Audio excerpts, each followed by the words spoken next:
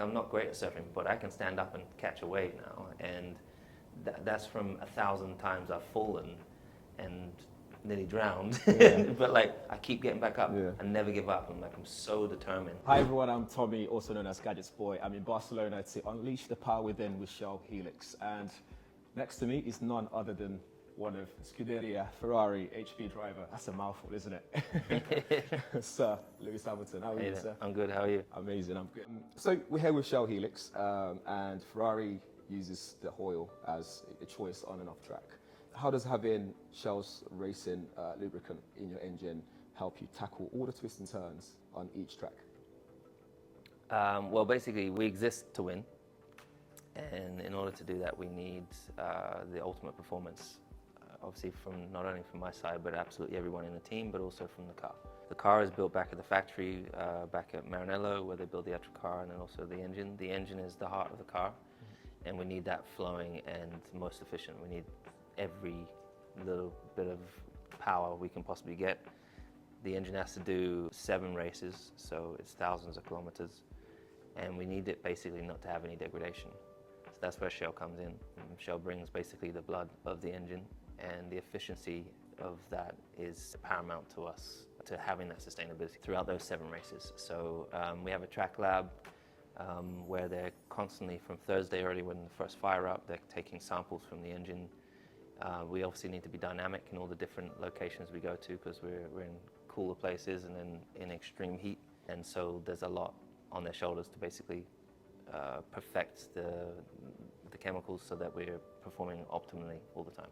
One thing I find really interesting is I've been to a couple of races, and there's loads of moving parts in terms of moving the garages and there's thousands of moving parts. Yeah, it's honestly is incredible to me. And then I've been working with Shell Helix. I found out they operate a trackside laboratory as well at every race. Every race. And like you said, they analyze everything like engine oil samples before and after every session. That kind of support, what does that mean to you?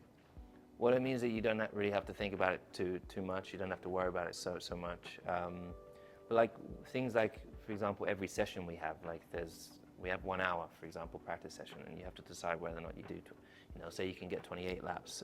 You can squeeze 28 laps in maybe through the session, but if you save a lap, that gets added on. Basically, it's basically 1 lap of life longer you have in your engine. But extracting the heat and having an engine that doesn't degrade in power, so you're not trying not to lose any brake horsepower basically over the 7 races is a huge challenge. Wow. And getting into the lab and speaking with the scientists that are really working on that whole process and seeing that refining and seeing that evolving over time is really pretty amazing to see. Yeah. Obviously, I've only been with Shell for the last 6 months, so I'm learning every day as I work with the amazing engineers that are at the track. But the fact that they're celebrating 75 years of partnership is pretty incredible. Yeah. Longest and most successful partnership in Formula 1. I think it's a testimony of how good the technology itself is. Definitely. You don't spend that long time with a partner if it's not working. Exactly, but also it's clearly driven to be the best. Yeah. You can't be working with people that are not like-minded. So. Absolutely. Obviously, you have a lot of life advice from your dad or people that work around you over the years. Are there some of those that you love that also applies to the racing when it comes to getting out there on the field? The only one I remember from my dad was just never give up. I never ever forget him telling me that when I was a kid. And then it was Nelson Mandela that was just telling me that. I said, "Do you have any advice for me?" And he was like, I'm 90 years old today and I'm still learning. So I was kind of like, geez, you're still learning at 90 years old, so I've got a long way to go. Yeah. And what do you keep learning? What do you keep learning? But I thought that was quite amazing mentality, because I think probably there's definitely people think that there's no more to learn. Yeah. And the fact is that you're going to be learning every day. So just for me, it's just keeping an open mind. Don't be so narrow-minded and kind of stubborn in your ways. Yeah. Always be ready to adapt and to evolve and to learn. This is very much a growth season for me. I've just joined a new team. I'm learning how it operates. I'm learning how they like to do things, and clearly so much passion within this team and within the people that support it. And there's thousands of moving parts. Yeah, so I'm clearly just a part of the chain that is on the move, but I love being a part of that. Yeah.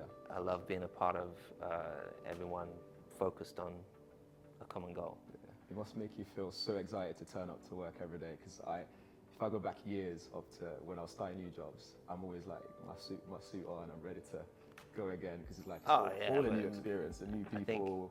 I think within our sport, it's impossible not to be excited. Yeah, you know, like it's almost like the days in between are the least enjoyable, because you're kind of like, you want them to go by fast so you can get back. So I actually love the back-to-back races, because you only have a couple of days. Yeah. When is a week, you're like, you know, you have the withdrawal symptoms. Yeah, I see. So I see. yeah. Obviously, no doubt, you're immensely successful, and you can play music. I've seen some videos of you online playing the piano and stuff. I'm trying to, yeah. Which is incredible. I'm always like, what can this man not do? It's like surfing one time and playing piano there. You're also a fashion icon as well, because I've seen some amazing outfits. Like when I see them, I'm like, let me go see if I can get one of these. And I see the price, and I'm like, okay, maybe not today. Are there any other hidden talents that people don't know about? That, you know, any other talents first that people don't know about? Don't think so. I've been pretty open about everything. I mean, I'd see comments that people say, what can't he do? And that's probably me. And no, it's like, but the thing is, there's nothing you can't do. There's just the mindset that I have. Like I'm not necessarily good at all things, but I try everything. And eventually I can, like, I'm not great at surfing, but I can stand up and catch a wave now. And that's from 1,000 times I've fallen and nearly drowned. But like, I keep getting back up. Yeah. I never give up. I'm so determined to be better at it. Same when I sit at the piano. Like, I can't play that well, but I can listen to a song and bit by bit, like, learn. Yeah. Or I can go online and try and learn something. And it's just how much you want to do something. How much you want to do it, yeah. I think in life, most often, we get distracted by, obviously, work gets in the way, commitments we all have, but there's no reason why in a year you can't segment it out and say, okay, I'm going to try pottery, I'm going to try, you know, I'm going to go to a reading class, I'm going to go to acting class, whatever it may be, you know, like there's so many different things that you can try. Yeah. You should try absolutely everything, because you will just be surprised at some point. Yeah. You find that something that you are really, really good at, or that you really, really enjoy it. And trying to find a balance in life, I think, is key. So, I mean, I just try everything. I love being on the move. I love challenging myself. I love the fact that I'm not good at a lot of these things. Yeah. You know, like I play tennis with my dad. I'm terrible, but I'm super determined to beat whoever I'm playing with. And so it's the winning mentality. Yeah. Just you gotta just believe that you can. Speaking of that, my next question was going to be, what actually powers your passion for excellence and achievement?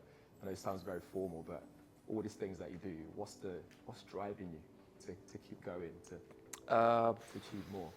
I guess it's the idea that I love the idea that I can always be better. Like, every day is a new day to learn and to grow and be better. So it's never like you never hit a peak and then that's it. Yeah. I think life is really a roller coaster of, like, if you imagine mountains, you know, and I'm on a new mountain now. I'm at the bottom of it, but I'm working my way back to the top of the mountain with this team and through this period of my life. And the fact is as long as you accept there's going to be highs and lows along the way, and find a way of appreciating the lows as well as the highs, then you can't really go wrong. And I think I've always been competitive since I was a kid. I don't know where it's come from, if I'm really honest. I don't know if it's a sickness, or I don't think it's a sickness. I think I'm very, very fortunate to have that competitiveness. But when I talk to my niece, she's like, it's being a part of it that counts. But for me, I'm like, no, you have to win. Yeah, I love that. So everyone has a different viewpoint on it. But I keep telling my niece, I tell her that nothing's impossible. Love that. And every time I say, I love you more than anything, and she's like, I love you more, I say, it's impossible. She said, yeah, but you say nothing is impossible. And I'm like, except for this. For the reverse, she does reverse psychology. She's only 8. Love that. So. Obviously, we're both from the UK, and you have a big fan base in the UK. When I was at Silverstone last time, I was Silverstone's mad. Incredible. Any messages for you, or message for your fans in the UK? To all Brits, much love. It's a real honor and privilege for me to to represent my country, and I try to do it to the best of my ability. But the support I get in Silverstone, the privilege that I feel when I'm in all these different locations around the world and seeing the Union Jack from fans, and these are also from people from different nationalities, different backgrounds, we hold in the Union Jack. So there's obviously a lot of love for the country. The support is what keeps me going. So thank you, everybody. Thank you This so is much great. for your time. Pleasure.